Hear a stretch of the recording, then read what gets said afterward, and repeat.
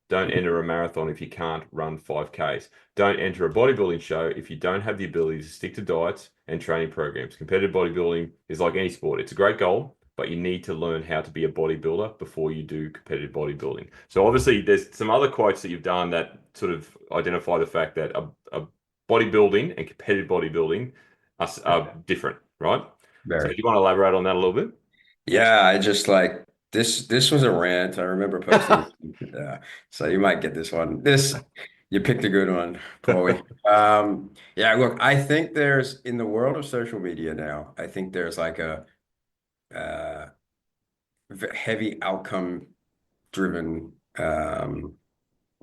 like people are very outcome driven Mm. and they see something on social media and then they want to do it. They see their friends doing it, they want to do it. It might attract specific amounts of attention or they just like the look of it, which is fine. I have to say that it's 100% more than fine, right? But I think the issue that arises is like bodybuilding, you can train to look better and then you can train to be a competitive bodybuilder. Mhm. And the analogies that I've drawn over there, it's like you can go out for a run, but if you have zero chance of being anywhere in ballpark near running 42 kilometers, like don't sit there and go, I'm going to enter a marathon and I want to do it soon. Mm. Right before you learn the skills and how to do it. And then the same thing again on the car one. It's like you can watch the F1 Grand Prix on TV. But if you don't have your L's, like, great long-term goal, but you got to learn how to be a driver Yeah. before you can actually race a car. You have to learn how to be a runner before you can actually run. And I think that gets a little bit lost at times with bodybuilding. And I think it's also a case of like people want to do it, they see it on social media.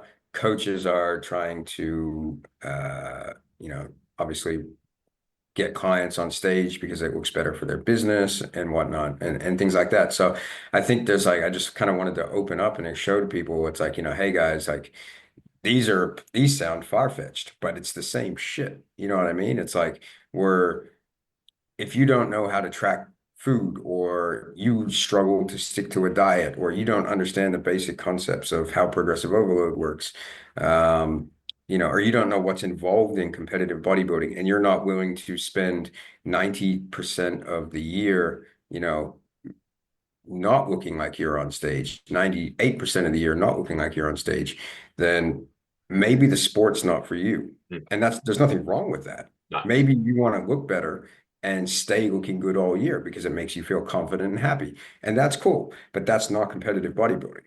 Mm. You know what I mean? And it's like that's just getting in shape. And there's nothing wrong with that. I would encourage that to every single person out there to try to, be healthy, look as good as they can, and have themselves be more confident in life. But I think there's a lot of people that kind of don't realize that and don't realize what bodybuilding entails as a competitive sport. And then they get into it, and then emotionally they go through an absolute roller coaster that sometimes people don't recover from. And I just, I see that more and more regularly nowadays, or people getting on stage that shouldn't be on stage. Yes. And not necessarily because they don't look the part, maybe a little bit that, but also just that, they maybe comes back to the previous post. They don't know how to be a competitor. They've never done it before, right? Now they're dealing with all these emotional issues of, they were insecure and that's why they wanted to change their physique in the first place. So what have they done? They've gone and almost just busted themselves up to get on stage, to not get a place, and now they feel even worse about themselves. And it's like, now we're dealing with more potential um, eating disorders, body dysmorphia, all those sort of things. And it's like, if they had just learned what the sport was and took their time and learned the concepts of the sport, then maybe we could have avoided all this. Yep. And, maybe they wouldn't get on stage. Maybe they would, but they would have a better understanding of what everything entails. And, we would on the back end of it, we might be able to have somebody that wants to come back and be better and do the sport again, or somebody that uh, now hates the gym and is more insecure about themselves than they've ever been. And I think it's really important that, that message is conveyed to people that, you can't just jump straight on stage. You got to learn how to live as a bodybuilder before you can be a competitive bodybuilder. Absolutely, 100%. I couldn't agree more. And you mentioned obviously some of the nuances within that being, sticking to a diet, following a training plan, understanding progressive overload, but there's also accepting a loss as well. As we know, bodybuilding is Mm. incredibly subjective. And you could do everything right, but you may not place, or you may not win, or whatever the result ends up being. And you've got to be okay with that. Like the previous quote you said, take that as an opportunity to learn. Yeah. Yeah, absolutely. It's, and it's a hard thing. I get like a lot of like angry DMs, which is weird. But I get messages from people like when I'll say like I'll put up a post and be like, bodybuilding as a whole is not necessarily for majority of people is not necessarily about winning. Hmm. Like and then it's about self-improvement. And then people are like, no, it's about winning. And it's like, look, the mid short and midterm goals are definitely to win, Yep. Of right? Like you don't go into a show not trying to win. course. But at the same time, like win or lose, the goal is never going to change. Get better. Hmm. And that's the underlying, and for majority of people that aren't competing for prize money that they're going to live off of, which is 99.9% of bodybuilders, Yeah, that's it's a right. hobby, Hmm. right? Like you do it to get better. You don't do it to, if I don't win, I'm quitting, and those sort of things. So I think it's really important that athletes have that they're going, all right, cool. Like if I don't place, my goal next time is to get the first call out, Hmm. or, and have that as a short-term goal, and then, focus on getting better, because at the end of the day, that's what the fucking sport's about. Yeah. But I get some hate for it, which is weird. Um, it's Did- never from the top athlete either. That's the funny I was thing. going to say, yeah, it'd be very interesting to know where that's coming from, but I guess, you can kind of Yeah. understand it at the same time. Yeah. Yeah. So I think, yeah, it's a really important, uh, thing to understand. And I think when you can go in constantly with that mentality, wins and losses are smaller than what people realize. Hmm. I think Absolutely. it's winning is short-lived. Like, you win a show and there's another show in 8 weeks and everyone's kind of gotten over it. You know what I mean? So it's like, okay, cool. Let's just keep getting back, ride it for sure. But Yeah. at the same time, like, they're short, like they're just chapters of a book. I always say that. Like wins and losses are chapters of a book, and you got to Hmm. move on to the next chapter. And the Absolutely. whole book is you being your best and trying to achieve your full potential. Yep. And I think that's what people need to focus on, Yeah. um, rather than getting too high or too low over one show. Hmm. Completely agree. Which is again another great segue, because the next one I've grabbed is also about bodybuilding in terms of your quotes, and it's the five They're all things. kind of similar. You work at Yeah, they roll off each other, which is really good actually. Yeah. Five things to Yeah. understand about competitive bodybuilding. So I'll briefly paraphrase it for you, because you probably do remember these. We can't control winning shows, and we just spoke about that being Yep. subjective. Getting properly peeled from coach's point Yep. of view comes down to how well you can help a client endure the psychological side. Very true. Yep. Athletes are made in the off season. This is something that a lot of people struggle with. If you're not stage lean a week out, no peak week's going to save you. Had that discussion plenty of times. And if you don't have a solid base of habits with training and diet for a long period of time, build those before considering competing. And that goes back to the previous slide we just discussed as well. Mm. There's a lot there to dissect, but at the same time, we've kind of touched on a lot of things. But um, bodybuilding is always going to be subjective. I don't see any way of that improving in any way, shape, or form when there's so many human beings involved in the sport from a judging perspective and running of shows and coaches and etc. So yeah, is there anything more you could elaborate on there in regards to when you thought of these particular points? Yeah, look, they're probably things I've just written down randomly that I didn't make a singular post. And I was like, Mhm. these are 5 summary points that are pretty good. So Yeah. I'll put just like a quick list out. But I think one of the one, a lot of those have just sort of come down to what we've just spoken about, where we've elaborated it, like, right? Like the lifestyles and habits thing. Like how many people are there that watch their friend do a show or see all the stuff on social media and be like, I Mm. want to look like that. I'm Yep. doing. And it's like, it's fucking way harder than you think. Like you're gonna sacrifice a lot of things that you probably got you into the position you're in now that you enjoy doing, are going to have to be sacrificed to get that look. Like you can't just live your normal lifestyle that you've been living and then, you know, do the same stuff and then come back and be, look like they do on stage. Like it's just not how it works.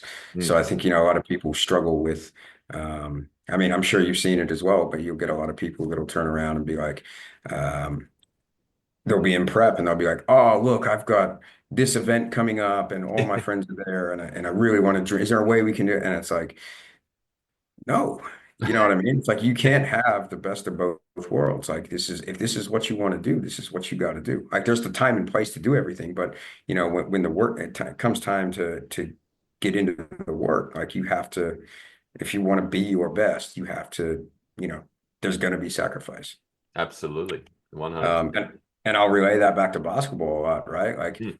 there's players that, miss their families' birthdays and Christmas because they're traveling on the road to play. Yep. It's just a sacrifice you have to make, right? And it's like you can't have things. So, I think that's a good analogy that I like to use between the two. And it's like, you can, and a lot of those things is it's like you just go and don't drink. Yeah. Yeah. Like you still get to be there. It's the Like experience, it's not right? like Yeah. you're overseas or yeah, absolutely. So it's like those sort of things there where it's like, or it's like, oh, but my friends will give me a hard time.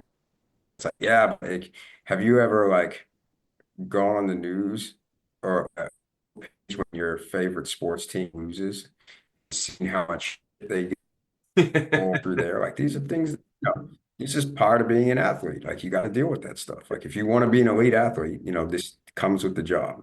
It does. Absolutely. Um, So yeah, so like I always try to again just pull things between the two because I think it's a very fresh perspective for athletes to have a look at.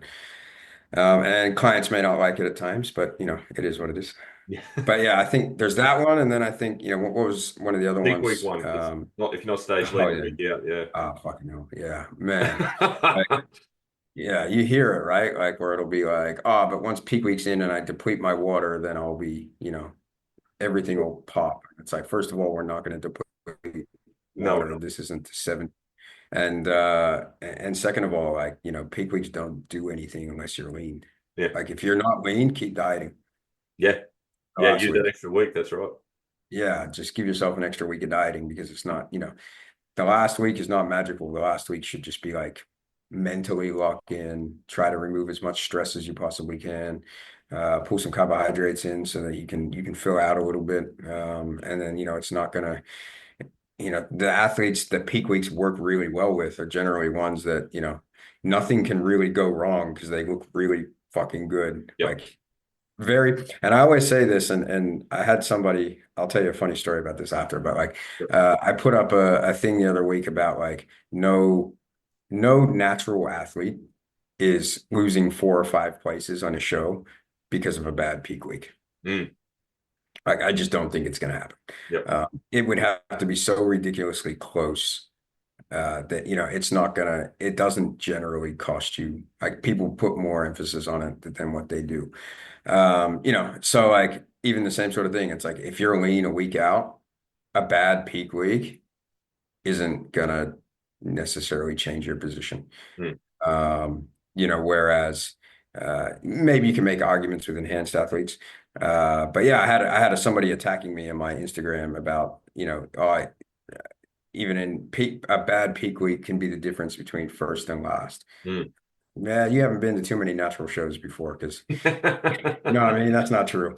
We know that's not true. So yeah, so I mean, it is one of those things where I think people would just get this thing in their head, or because like the other thing, and I think probably what made me rant about that in the first place is like, like people will come third or fourth and then be like, "Oh, I messed up the peak." Yeah. Yeah. Like, yeah, did you see the guys that beat you? Like, Yeah. they're a little better. Perspective. Yeah, structurally better, more muscular, nicer shape, more conditioned. Like it's No. not, it wasn't the peak. No. Um, but yeah, so I think that one kind of like grinds my gears a little bit when I hear that. I feel like it's a bit of a cop out. Um, Do you reckon? Do you reckon the terminology of peak week, this mythology around it has grown to a point where people think it's just going to magically improve them significantly, and it's just been built up over years of Yeah. the Chinese whispers or whatever. Do you reckon that's got something to do with it? And we probably should just not call it anything. I mean, just call it a diet break. Fucking hell. But yeah, it is. I think people in general want quick fixes. Yeah, good point. And I think, yeah, so I think like, just in general, it's always going to be that want for the quick fix. And I think, people that haven't done the work tend to, Mm. uh, you know, use that as an excuse because it's, it takes the blame off of them and puts it on the coach. Yep. And then for coaches, I think it's the same sort of thing where it's like, they might, oh, it was just a peak week messed up. And it's just taking the blame off of, maybe the process wasn't as good as it could have been, which is, everything's a learning experience. You'll know Yep. what to do to be better next time, which is what matters most. But yeah, look, I think I think I would like to think it's better now than it was 20 years ago. Because some of Absolutely.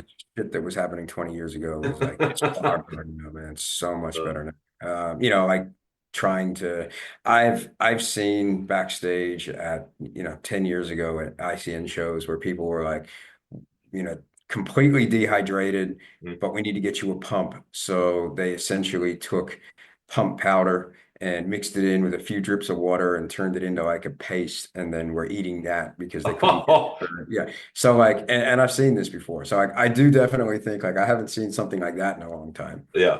Completely dehydrating water because I think it makes them with the skin look thinner Yeah, and yeah, yeah, yeah. sorts of stuff like that. So you don't see a lot of that anymore. So No, I think it's improving. But yeah, I definitely just think that people have they put a lot of merit on it when it's like, uh, if you're lean, peak weeks aren't gonna, the worst peak week could, if you don't do it right, it could make you like 1% worse. mm. Whereas if you're not lean, it's not gonna make you, 5% better Yeah, at all. Like yeah, it's not gonna help you. So yeah, I think that's sort of my point to that, where yeah. it was just Fair like point. it's I've no magic formula.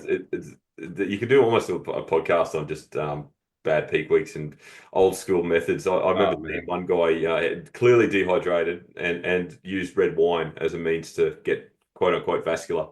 So Oh you can God. imagine how that turned out. The red wine and dark chocolate. Yeah, yeah. I had one person, I'll tell you a funny story. About 5, 6 years ago, I had one lady and she was like drinking red wine before, like maybe like an hour before she got on stage. And I'm like, why Right. are you doing that? And then she's like, because I'm nervous as hell when it calms me down. And I'm like, that is the best argument I've ever heard for red wine before stage. Like, I was like, I can't argue that. Like, Yeah. No. if that's why you're doing it, go for it. Because that will work 100%. Yeah, we'll calm you down. It may not, yeah, it's not necessarily going to improve vascularity or do any of the things that a lot of people try to justify it with. But Yep. if you're open and honest about that, then I'm fucking power to you. Pour me a glass. Oh dear. And then the final quote, which I think is a really good one, in regards to effort, and I really like this because I want to get your take on this. I'll read the whole thing. If you're aspiring to be an elite athlete, nobody should have to coach your effort. For majority of athletes, especially pushing for the highest level, your effort will be your only competitive advantage. But I think that take away the elite athlete perspective, I think effort in itself can be applied to just general lifestyle people too when they're trying to improve their body recomp, right? How Yep. many times or how often do you have a discussion? And it tends to become a little bit more challenging due to online coaching now, where you're not there face to face. But a lot of the time, individuals just don't know how far their training potential can go. Do you agree with that? Yep. Yeah, 100%. yeah. It's a 100%. fascinating beast. Yeah, I think so that line I kind of modified it. There's an NBA player named Damian Lillard. I don't know if you've heard of him before. Very good professional American basketball player. Mm, He's about 6'1", which in NBA terms is very short. short, yeah, Probably not the most genetically gifted individual for basketball. One of the best players in the league, yeah, phenomenal. And that was actually I based that quote off something he said in his book, which was essentially like, I wasn't the biggest, I'm not the tallest, I'm not the fastest, but I knew that if I gave 100% effort, then I would have that over others. mm, Very good. Very true. So that yeah, that's where that was actually a reference. Again, another amazing takeaway from a different sport that you can Mm. apply into, bodybuilding, or general coaching. But yeah, I think it's true. I think the whole effort thing is, um, there's a big thing now about like work smarter, not harder. Like you see it with in business, Yep. like in coaching business, right? Like everybody's doing everything they possibly can except the work. You know what I mean? It's like I'm going to do all the True. marketing. I want to work as little as possible, which I'm not gonna I get it. Yeah. But at the same time, like you've got to add value to, retain clients and get clients. Like Why you are they need to paying be you? Yeah, that, that's cool. you have to be valuable to the customer in order for them to continue to pay you. Mm. Same sort of thing, right? So like that's again, like you said, that applies to anything. Same sort of thing in business there. But I think in terms of like athletes, it's the same sort of thing. Like people look for everything that they can. Sometimes they try to what's that kid's story where they used to say like you can't go under it, you can't go over it, you got to go through it. Yeah, yeah, yeah. I remember that. I don't know what it was called, but I remember it. Yeah.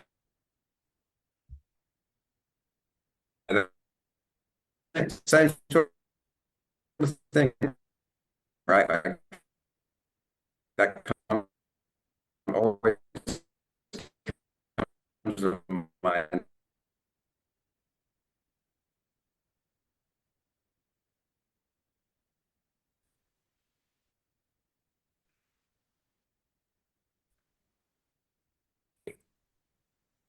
Oh, we're good.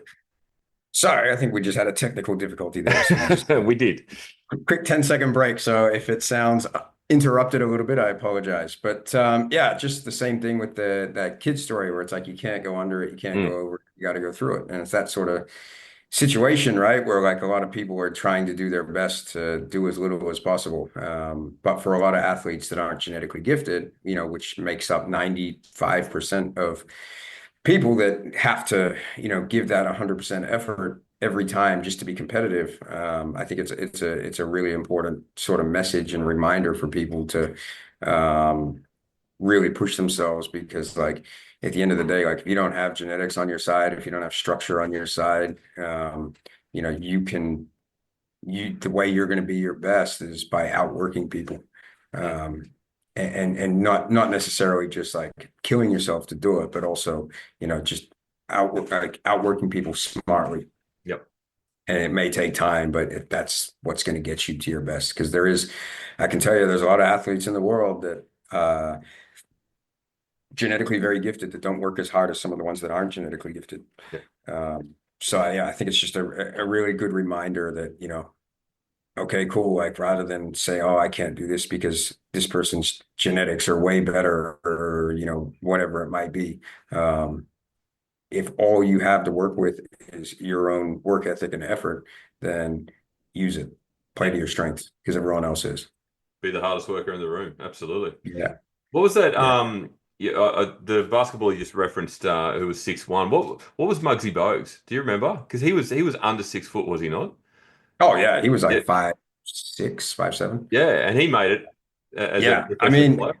That's an it's hard exception to though. the Like rule, but it's a different game yeah, nowadays. of course, yeah. I But for that think, generation, yeah. Oh, look, it's crazy. Like I yeah. think, there's it is a different game nowadays, but I think when Muggsy Bogues was playing, like it's absolutely insane. Mm, But when Muggsy Bogues, like Michael Jordan was like 6'3", maybe. mm, Uh, and he could play the 2, 3, and 4 positions. So he could play sort of some of the taller guys as well. Nowadays, like the 2 and 3 guys, it's not uncommon to see the guys that are playing like the mid-size positions, like LeBron James, for example, at like 6'10". mm. So they're getting Thanks. bigger. These Yeah, guys are getting bigger. So the game's changing. But yeah, Muggsy Bogues was insane. yeah. Like, yeah, he was 5'5", 5'6", very quick, very, Unbelievable. very Yeah. Well, and but that leads to the point, right? Because he same used his situation speed, right his there. agility, and his effort to get into And that he top he level. learned his strengths and weaknesses, and he Yeah. tried to minimize putting himself in positions where height was going to be an issue, and Yep. he was very good at it. He was Mm. very, very good at it. So I think it's, similar. Like when you look at the whole thing with Damian Lillard, right? Where he was saying it, he's not 6'6", 6'7", but he's given amazing effort towards working with his strengths. Yep. And there are guys shorter than him in the league, but at the same time, uh, he the level that he plays at with these bigger guys is Mm. is unbelievable. So I really like that quote, and I thought that that was something that I could take from uh, you know, basketball, and you can apply that anywhere, like Oh, business, yep. all sorts of things. Like I was talking to somebody in a business mentor call about it, where I was like, look, like, um, such and such is an IFBB pro and they have massive traction and a following and yada yada. And it's like that's their strength. That's what they're going to use. Mm. You need to be smart and you need to be a good people person. Mm. And you need to add as much value as you possibly can because that's going to be where your strength is. Yep. And it's like, and it's a whole different concept, but it's not, like I take myself, for example, with that, right? Like I've never done bodybuilding in my life. Like I Mm. like training for body composition, but I've never tried to be a bodybuilder. Yet I can still work with elite athletes all over the world Mm. in bodybuilding. I don't play professional basketball. I can still work with it because I know where my strengths are. So I'll work within my strengths to try to add to and complement the work that they're doing. So I think it's a really good like message for people to work out your strengths and just make sure nobody's working harder than you at Mm. that. And then I think, you can be successful. Absolutely. Absolutely. Slight tangent. Do you feel like you mentioned obviously how tall the modern day professional basketballer is, and I can resonate with that too. Like the cricketers these days, the fast bowlers, they're of that similar height. Tennis Mm. players are also. Do you think that the professional athlete, due to high performance coaching, science, etc., are evolving into these just unique specimens? They're getting taller, they're getting stronger, they're getting bigger, they're getting faster, just due to the evolution of the human being in general. Yes, I do. If you could train height, I would be all over that. But you can't. I would be the smartest man on earth at that. Trust me. Um, I would learn how to do that better than anyone.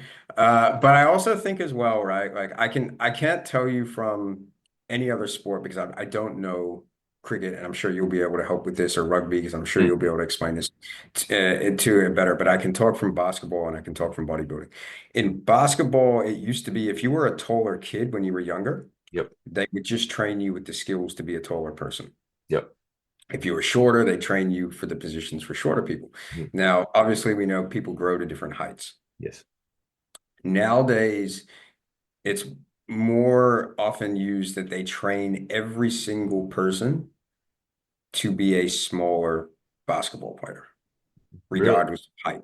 Mm. Now, 'cause what ends up happening is if you take somebody that's like, you know, slightly taller than everyone else, but you're dealing with like genetical norms Mm. of people and they learn how to play as a smaller player, they may grow to 6'6", 6'7". If you wanted them to stay as a local player, that would be the size of the biggest person. Yeah, right. You probably would cap their potential. If you train them as a smaller player and then they grow to 6'6" or 6'7", we have a much better chance of getting them overseas to play professionally because Yeah, they're going to right. have skills of the smaller player. So Mm. back in the day, 15 years ago, that's how they would train everybody to be a smaller player. Mm. Sorry, they would train the bigger guys to be bigger players, Yep. smaller guys, smaller players. Now everybody is trained with the skills to dribble the ball up and down the court, passing, all those sort of things, shooting. And then when the guys that do get to 6'7", 6'8", they have the ability to play that smaller position. Um, and then if you're going to go to a high level professional league, that's the height you have to be. Yeah. So I think that, that's the way that basketball is taught from grassroots now, which I think is good because it's allowing Australia to have many, many, many more players playing internationally. Absolutely. Um, Bodybuilding, I think it's got some similarities in the way that like the evolution of how we train is getting so much better than it was 20 years ago. Hmm. Um, that like I'll use India, for example, that teenagers division. Hmm. When I was like 15 to 18, there wouldn't have been a human being on earth that would have looked remotely as good as the person that came last in that, right? So like I was like dumbfounded how amazing those people looked. Yeah. And I think people are starting younger. They are. And people are, and not necessarily bodybuilding, but they're getting into health and fitness and weight training. It's becoming more widely acceptable. Mm. Probably has something to do with social media and image and things like that, body image and stuff like that, that Yep. probably has something to do with it as well. But I think like people are just getting into it at a younger age, and they're getting better because they just have more time training. Yep. If you start at 25 and you've lived a pretty, a party lifestyle, some genetically good people probably will do quite well, but everybody else is starting behind the eight ball. Mm. Whereas, when you're getting people coming in and living a healthy lifestyle at, 14, 15, 16 and going in and lifting weights, by the time they turn 21, they got 7 years of training experience. Yep. So by the time they turn 30, they're 10 years in front of a lot of the athletes from 10 years ago. Yeah. And we're just seeing higher quality. That mixed with like better training understanding and diet understanding and things like that. And we're just getting better athletes now. Yep. Like ICN now compared to 15 years ago Mm. is like, I've got pictures on my wall at the gym of people that won national titles 15 years ago Mm. that, arguably don't belong on stage Now. in a local show. Yeah. Omni And Deckers it, done. Yeah. yeah, so it's super cool to see like how like you have a look at like what was it like that Mangal guy? Like Yeah. I literally have never seen an ICN like competitor look like him before. Yeah. In classic physique, that was insane. Yeah. The men's physique lineups, the men's fitness lineups, like you just don't see that. Like the evolution of the sport is just absolutely crazy, and it's credit to the Indians for that. Mm. Because they're gonna, I think when the world show's on, and we get like the best Indians, the best Australians, and we get some of the best Europeans. I think like India's gonna India's gonna show the Oh, they're world the going to turn standard of up. men's bodybuilding. I think, yeah, and I don't Yeah. think people realize it. But yeah, like I think, it's a testament to all of that, where it's just, mix of things of people giving more effort from a younger age and just the evolution of sport, and people are just getting better, Mm. which is good because that's what you need. It would be shit if everyone just stayed the same. Yeah. Yeah. True. Very good point. Very good point. Well, mate, we might wind it up there because it has surprisingly been over an hour. Well, Talk about this shit all day, really. yeah, But yeah, that's we my might. problem. We can go for hours. That's all right. We might do a part two. Yeah, You got plenty of good quotes there. We can obviously draw some topics from. Um, thousands of them. Yeah. yeah, yeah, yeah. I'll finish up with personality questions. So everyone that comes on answers this one in regards to who would you have dinner with. So it's a bit more of an intake or a perspective from you for you. Dead or alive, fiction, non-fiction, male, female. Who'd you like to sit down with, have a good conversation with? There could be a couple. There could be a couple people. I think now I'd go down with Donald Trump. I'm just kidding. Um, yeah, no, but like probably on a more serious note, like I think people, there's a person in the wrestling named Paul Heyman who's just an absolute brilliant business mind. I know who he is. Yep. Yeah, that I would sit there and chat to him for Mm. hours and hours and Wise hours. man. Yeah. Yeah, yeah, the wise man. There you go. I think Jay-Z would be really cool to sit down with as well. Yep. Just because he had such a specific I- genre of what he did in music, and then how he's managed to expand into many many different markets to become a billionaire. I think that would be a super fucking cool conversation. Yep. Um, but yeah, I'd say from like a serious point of view, probably those guys. Um, I don't know, man. I have a bit of fun sitting down with you and Joey.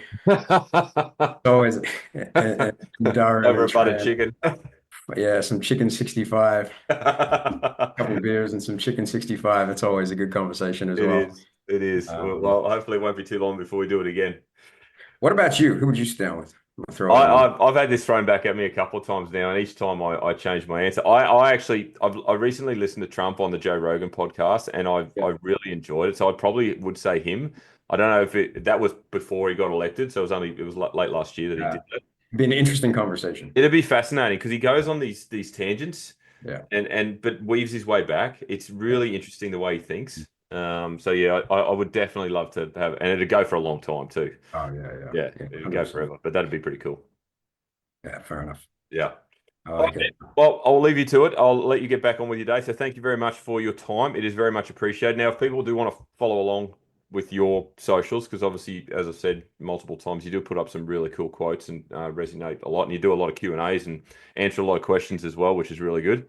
Get Yeah. matched with those, Yeah. clearly. They're a circus sometimes. So far out. Well, Yeah. the anonymous ones would bring out a lot more, right? Oh my God. Yeah. Oh my God. Yeah, Well, those are yeah. on Mondays, every Monday, and it's if you want some information slash comedy, definitely go jump on on Monday. But my Richard underscore physique code. Yep. I try to do posts pretty much every day. Then the Q&As on Monday where I'll go through a whole bunch of stuff, which is always interesting. And then our work account, which is physique code, it's straightforward on Instagram. Yep. Perfect. Yeah, it's good just to sit back and read them, like read the question and read your answer, and that's entertainment value as it is. Oh yeah, yeah, yeah. Oh, Always that's awesome, man. fun Well, to thank you read very that. much. Really appreciate it. And yeah, we'll have to do another one in the Um, not too distant future. I'll see you in India. Yeah, absolutely. Absolutely. All right, well, that was an awesome chat with Richard over in Perth. I do appreciate his time. If you're interested in following along, he puts up some amazing quotes, as we just mentioned. Really articulates them well, but also very, very relevant. And he also does his Q&A every Monday, which covers a lot of topics in the world of bodybuilding, physique, sports, and general body recomposition. So I have to thank him for his time. Really great insight into another coach's perspective on things. Now, if you're enjoying this podcast, please screenshot, share it across your stories. Tag myself at Paul's Body Engineering. Tag Richard at Richard_physique code. And if you're interested in any of my coaching services or just want to know a little bit more, shoot me a DM. Jump on my bio in my Instagram or jump on my website, paulsbodyengineering.com. Other than that, as I say to every client, every single day, have a great day. Experience the difference with Matt Glynn at Code Property Group. With a 20-year reputation for clean business, Matt is your guy when it comes to all things real estate. Make sure you give him a call now on 0404 315 066.